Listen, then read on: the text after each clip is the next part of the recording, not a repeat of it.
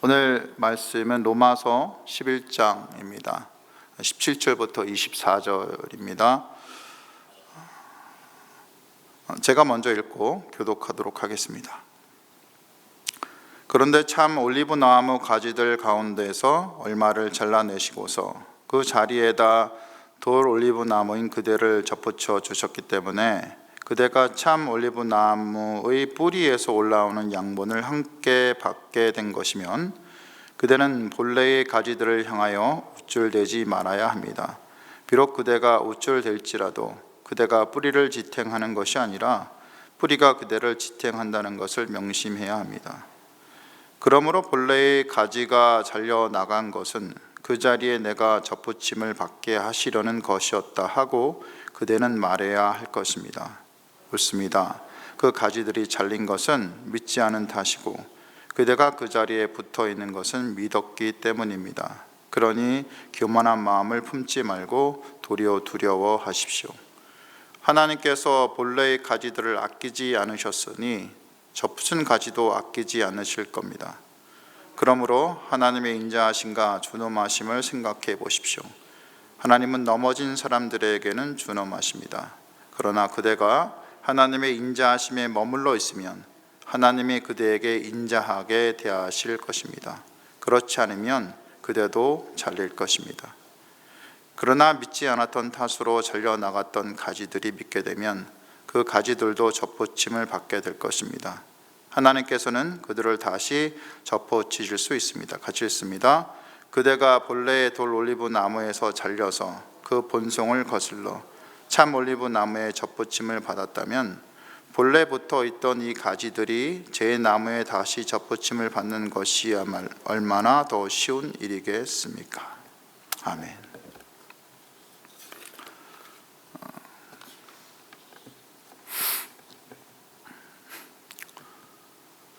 사도 바울은 이스라엘과 이방인의 구원을 놓고 이 올리브 나무의 예를 들어서 설명을 하고 있습니다.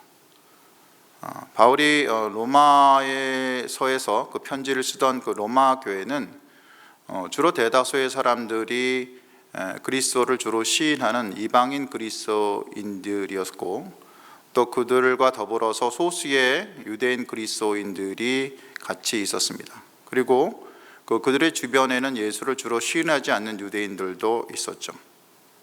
그런데 왜 바울이 이 이방인 그리스도인들을 향해서 이 올리브 나무의 예를 들면서 겸손을 얘기했을까요? 바울이 말하길 너희들이 지금은 예수를 주로 시인하고 믿음으로 구원에 이른 자들임을 알지만 그 구원이 그냥 쉽게 얻어진 것은 아니라는 겁니다. 하나님의 계획하에서 오랜 시간 동안 준비되어져서 지금 이스라엘 민족에게 전해진 그 여호와 하나님에 대한 신앙이 지금의 복음의 뿌리가 되었다는 거죠. 너희들이 믿는 그 믿음으로 그래서 그 복음이 전해져서 구원에 너희들이 이르렀다는 겁니다. 그러니까 너희 이방인 그리스도인들에게 전해진 복음은 그 원나무 가지인 유대인들이 예수님을 거부하고 하나님의 계획을 부인하고 무시하고 교만했기에 그 유대인들에게 가야 될 그 귀한 복음이 너희들 이방인들에게 전해졌다는 겁니다. 바로 오늘 본문에서 복음이 이방인들에게까지 전해진 그 놀라운 사실이 마치 돌 올리브 나무가 참 올리브 나무의 뿌리에 접붙여져서 그 뿌리로부터 진액을 받는 것과 유사하다면서 이렇게 설명을 하는 겁니다. 오늘 본문 17, 18절 다시 한번 같이 읽어보겠습니다. 시작. 그런데 참 올리브 나무 가지들 가운데서 얼마를 잘라내시고서 그 자리에다 돌 올리브 나무인 그대를 접붙여 주셨기 때문에 그대가 참 올리브 나무의 뿌리에서 올라오는 양분을 함께 받게 된 것이면 그대는 본래의 가지들을 향하여 우쭐대지 말아야 합니다. 비록 그대가 우쭐댈지라도 그대가 뿌리를 지탱하는 것이 아니라 뿌리가 그대를 지탱한다는 것을 명심해야 합니다. 바울이 무엇을 말하였습니까? 혹 너희 이방인 그리스도인들이 이렇게 말할 수 있다는 겁니다. 유대인들이 교만해서 망한 겁니다. 그리고 우리는 믿었기 때문에 접붙여진 거죠. 이방인들이 예수를 부인했기 때문에, 유대인들이 예수를 부인했기 때문에 그들이 망한 겁니다. 우리는 주를 믿었기 때문에 구원에 이른 것입니다. 그러니 이제는 유대인들에게는 구원이 없습니다. 우리가 진정 이스라엘입니다 라고 말할 수 있다는 거죠. 그런데 바울은 20절에 이렇게 얘기를 합니다. 그래, 너희들 말이 맞아. 그 가지들이 잘린 것은 믿지 않은 탓이야. 그리고 그대가 그 자리에 있는 것도 믿었기 때문이지. 그런데 말이야, 너희들이 갖고 있는 그 믿음이 정말 너희들이 의가 되느냐? 하나님이 그저 너희들이 믿은 것을 기뻐하시고 또 사랑해 주시고 그래서 구원해 주신 것이지, 너희들이 뛰어나서 너희들이 잘나서 그렇게 된 것은 아니란 거다. 그러니 제발 교만하지 말아라. 높은 마음 품지 말아라. 오히려 두려워해라. 왜 두려워해야 되죠? 왜 하나님을 두려워해야 되죠? 21절 한번 같이 읽어보겠습니다. 21절. 하나님께서 본래의 가지들을 아끼지 않으셨으니 젖붙은 가지도 아끼지 않으실 겁니다. 하나님께서는 자신의 백성 이스라엘을 너무 사랑하셨지만 그들이 교만하여 예수를 부인하고 하나님의 계획을 거부하고 자기 의를 내세웠을 때 그들을 잘라내셨다라는 거죠. 하나님이 원뿌리인 원가지인 그들을 그렇게 잘라내셨다면 젖붙인 가진 너희들도 교만하면 언제든지 잘릴 수 있다는 겁니다. 그러니 두려워하고 겸손하라는 겁니다.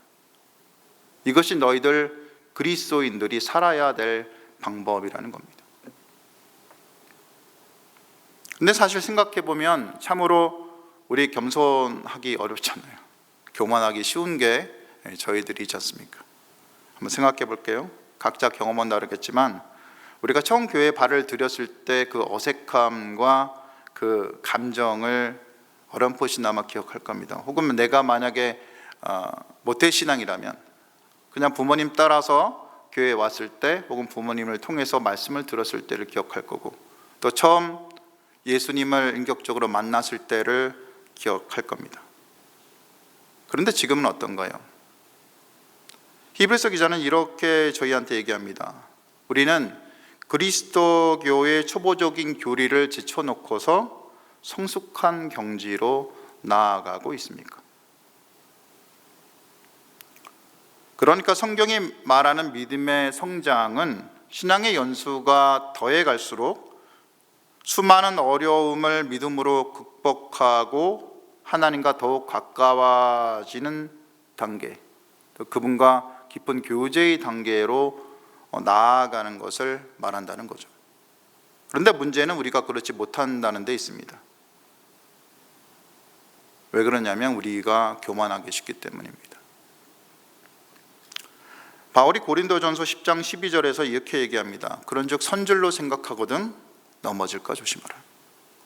우리가 조금만 선줄로 우리가 생각한다면 그 순수한 믿음의 때를 기억하지 못한다는 겁니다. 언제 그랬느냐 싶을 정도로 스스로 내가 좀 믿음으로 뛰어난 자인 양, 좀 내가 선 사람인 양 생각하고 우쭐대고 살기가 쉽다라는 거죠. 그러니 우리가 선줄로 생각하는 바로 그때가 넘어지기 쉽다는 겁니다. 그러니까 지극히 조심해야 될 때라는 겁니다. 왜 그런 겁니까? 교만이 오는 때이기 때문에 그렇습니다. 그러니까 이 교만이 내 삶에 들어차기 시작하면 문제는 이 교만으로 인해서 하나님과의 관계가 멀어지기 시작합니다. 근데 무서운 것은 그 관계가 멀어지는 것을 우리가 깨닫기가 쉽지 않다는 겁니다. 자신도 모르게 하나님과의 관계가 멀어지고 있는데 한참이 지나고 나서야 깨닫게 되는 겁니다. 주님과의 관계가 멀어지면요, 우리 그리스도인들은 고장난 에어컨 같은 그런 신세가 됩니다. 리모컨을 아무리 눌러도 찬바람이 나오지 않는 거죠. 믿음의 능력과 그 속에 있는 야성은 모두 사라지는 겁니다. 너무 익숙하게 신앙생활을 하고 있는 것 같지만 주님으로부터 공급되는 힘은 없는 겁니다. 아무것도 남지 않게 되는 겁니다. 공동체 내에서는 믿음의 허세를 갖고 있죠. 근데 고장난 에어컨은 찬바람이 나오지 않고 더운 바람이 나와서 오히려 주변을 덥게 만드는 존재가 되어버립니다. 스스로 믿음이 있다는 교만이 있어서 남을 가르치려는 입장에 쓰지만 성령이 주는 감과 그분으로부터는 겸손의 사랑이 없어서 그 속은 알맹이가 푹 빠진 그런 사람이 되어버립니다. 그게 이런 게 신앙생활이야 라고 스스로 위안을 하죠. 내 안에 계신 성령님에 대해서는 관심이 없어지고 점점 그분이 무엇을 원하시는지 그 뜻을 알기도 어려워지고 겉모양은 그렇듯한데 그 속에는, 내 속에는 생명이 죽어가고 있는데, 예수의 생명이 내 속에서 힘들어하고 있는데 그것조차 깨닫지 못하는 아무런 생명의 스파크가 없는, 아무 능력이 없는 그런 존재가 되어서 살아간다는 겁니다. 그 생명의 스파크인 내 속의 주님과의 연합의 증거는 내 속에 들어있는 사랑입니다. 내가 내 주 하나님을 진심으로 사랑하고 또 그분의 주신 사랑에 감격하여서 살아가는 사람에게는 자연스럽게 내 이웃에게 그 사랑이 흘러가게 되어 있습니다. 반면 그 생명이 말라버린 사람의 특징은 반대로 사랑이 없는 겁니다. 나 중심의 사람이 되어버린다는 거죠. 주님과의 깊은 교제가 사라졌으니 그분의 은혜와 사랑이 임하지 못하는 겁니다. 그러니 내게 오는 사랑이 말라버렸는데 어떻게 남한테 줄 사랑이 남아있겠습니까? 입으로는 자동적으로 사랑합시다라고 얘기를 하지만 정작 흘려보내는 사랑은 없는 겁니다. 마르고 말라서 앙상해진 그런 가지처럼 언제 주님이 잘라도 아무런 변명조차 할 수 없는 그런 존재로 우리가 살아가는 거죠. 현대교회를 다니는 많은 분들이 실은 이런 모습으로 살아가고 있습니다. 여러분은 어떻습니까? 계속해서 여러분이 주님과 교제를 하시면서 그 푸른 잎과 푸른 열매를, 아름다운 열매를 맺어가시는 여러분들이 다 되시기를 주님의 이름으로 축원드립니다. 바울은 이어서 본문 22절에서 말합니다. 하나님의 인자하심과 준엄하심을 생각해 보라는 겁니다. 교만하여 넘어지는 자들은 하나님의 준엄하심이 있을 것이고, 겸손히 주를 섬기며 주님을 바라보고 그 뜻을 알고 순종하는 사람, 그분과 깊은 교제를 누리고 사는 사람에게는 그분의 인자하심이 머문다는 겁니다. 주님은 이런 사람을 사랑하신다는 거죠. 결코 버리지 않으신다는 겁니다. 바울은 또한 오늘 본문 23, 24절에서 자신의 민족에 대한 사랑의 표현을 하되, 유대인들도 예수님을 믿으면 다시 하나님께 그 믿음의 생명의 뿌리에 다시 접붙이게 된다라는 겁니다. 원래 참 올리브 나무였잖아요, 그들이. 그러니 얼마나 더 훨씬 더 잘 붙임이 되겠느냐라는 자신의 민족에 대한 사랑, 그리고 하나님의 계획에 대한 넓은 생각을 표현하고 있습니다. 이런 바울의 말처럼 복음은 예루살렘에서 시작되어서 서쪽으로 지나서 유럽을 지나 아메리카, 미국을 지나 지금 아시아를 지나서 다시 서쪽 이스라엘까지 지금 가고 있는 거죠. 저도 마지막 때에는 이스라엘 민족들이 상당수가 주님께 복음을 믿고 돌아올 거라고 믿고 있습니다. 그럼에도 제가 드는 생각은 여전히 주님을 거부하는 수많은 민족들과 사람들에게 주님께서는 복음이 더 전해지기를 원하신다는 겁니다. 주님은 여전히 목말라 하시고 그들이 그분에게 돌아오기를 지금도 기다리고 있으시다는 거죠. 제가 이번 인도 단봉에서 있었던 일을 전해 보겠습니다. 단봉 둘째 날에는 아프가니스탄 인도를 위한 그러한 행사를 했었습니다. 그 센터에 참여하는 많은 분들의 지인과 가족들을 중심으로 사역을 했는데요. 시간이 되자 이런저런 분들이 모이기 시작했고, 그 다음에 믿음을 가지신 분이 한 30분 정도, 그리고 이슬람 신앙을 가진 거라고 추측되는 분들이 한 70분 정도 모였습니다. 100여 분 정도 모였는데, 우리가 준비한 그 장소는 굉장히 허름한 호텔이었습니다. 호텔이라고 부르기 뭐한 꽤 지저분하고 나름 꽤 허름한 그러한 호텔이었습니다. 네, 모두들 즐거운 마음으로 이렇게 모여들었죠. 이날은 꽤 이런저런 발표회를 그분들이 이제 배웠던 거를, 센터에서 배웠던 거를 발표회를 했었고, 저희는 또 저희가 준비한 것을 많이 이렇게 공연도 하고, 예를 들어서 뭐 사물놀이, 뭐 해금 연주, 탈춤, 태권도, 뭐 영어 관증, 영어 설교, 이렇게 이런 것들을 했었습니다. 물론 놀이하고 애들하고 놀이도 여러 준비를 하고 했었죠. 근데 저는 이렇게 설교를 할 때 굉장히 이렇게 고민이 있었는데요. 물론 영어 설교를 하는 것도 고민이었지만 실은 그 설교 수위를 어느 정도 해야 되는지에 대한 고민이 있었습니다. 이스라엘 분들이 많았잖아요. 그래서 이슬람 분들이 많았기 때문에. 근데 그분들이 마음을 너무 이렇게 다치게 하지 않고 어떻게 조심스럽게 예수님을 전할까에 대한 고민을 했었는데, 그 전날 선교사님께 제가 여쭤보고 어떻게 할까요? 어느 정도 수위를 할까요? 물어보니 선교사님이 이렇게 얘기하는 겁니다. 그냥 하세요. 제게 주신 마음이 하나님 영광입니다. 아, 그래요? 그럼 저도 마음껏 복음을 전하겠습니다. 그리고 준비한 복음을 있는 그대로 전하게 됩니다. 그리고 그게 이제 선교 간지 거의 초반이었기 때문에 갔다 온 지 한 일주일 후에 선교사님한테 이런 소식이 날라왔습니다. 아프가니스탄 리더 모임을 하고 있는데, 저희가 사역하던 날 뭐를 전시했냐면 복음서 4권, 아프가니스탄 어로된 복음서 4권을 전시했는데 그게 사라졌다는 겁니다. 선교사님 할렐루야 외쳤대요. 저도 그 소식을 듣고 할렐루야 외쳤습니다. 이게 무슨 말입니까? 그들이 갖고 갔다는 거잖아요. 그렇죠? 하나님이 영광을 받으셨다는 겁니다.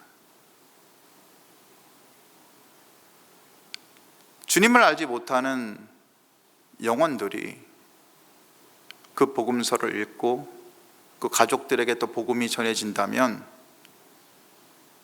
앞으로 어떤 게 생기겠습니까? 하나님을 예배하는 공동체, 교회가 다시 생길 거 아닙니까? 주님이 그걸 보고 어떤 마음이 드시겠습니까? 너무 기쁜 마음이 드시겠죠. 이겁니다, 바로. 우리가 주님의 뜻에 따라 주님 안에서 살아갈 때 우리 앞에서 벌어질 일은 그냥 주님 앞에 순종하면 주님이 그냥 일을 하신다는 겁니다. 말씀을 정리합니다. 바울은 우리에게 말합니다. 복음의 원뿌리인 유대인들을 하나님께서 아끼지 않으셨다는 것을 기억하라는 겁니다.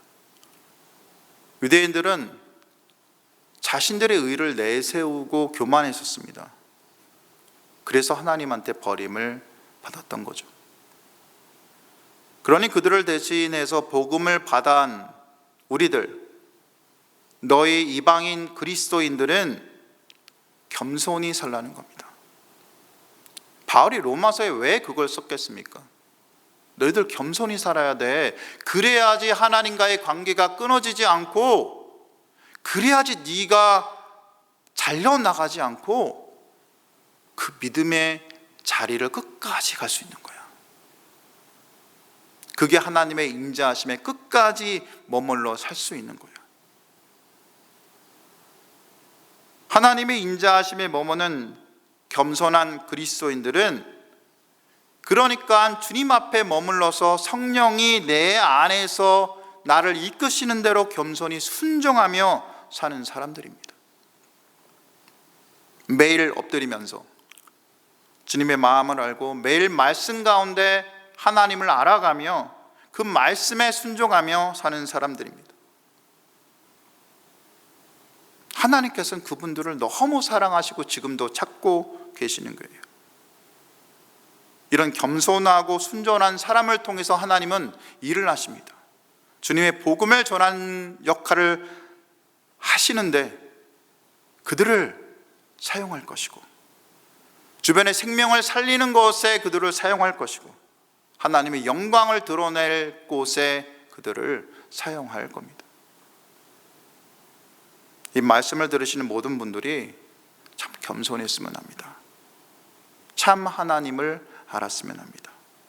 그분의 마음을 알고 그분의 사랑을 알고 그 사랑으로 충만하여서 자연스럽게 주님의 사랑이 주변으로 흘러 넘치게 하는 그런 사람이 다 되시기를 우리 주 예수 그리스도 이름으로 축원드립니다. 말씀을 기억하면서 기도하시겠습니다.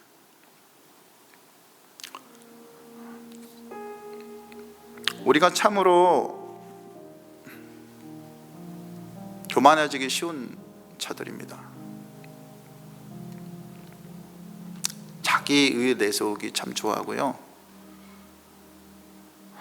나 잘난 것에 집중하고 내 문제에 집중하기 쉬운 자들입니다. 그런데 주님께서는 그 문제를 주님께 맡기라고 합니다.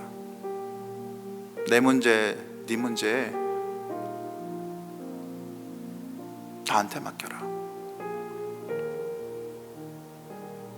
그리고 나한테 집중해라. 나한테 모든 걸 의탁해라. 그게 겸손이야. 나한테 의탁하여서 네 길을 나한테 모든 걸 맡기고 살아가면 그게 겸손한 사람이고, 그게 정말 나를 따르는 자의, 내 백성의 모습이란다. 나를 끝까지 믿어라. 끝까지 겸손해라.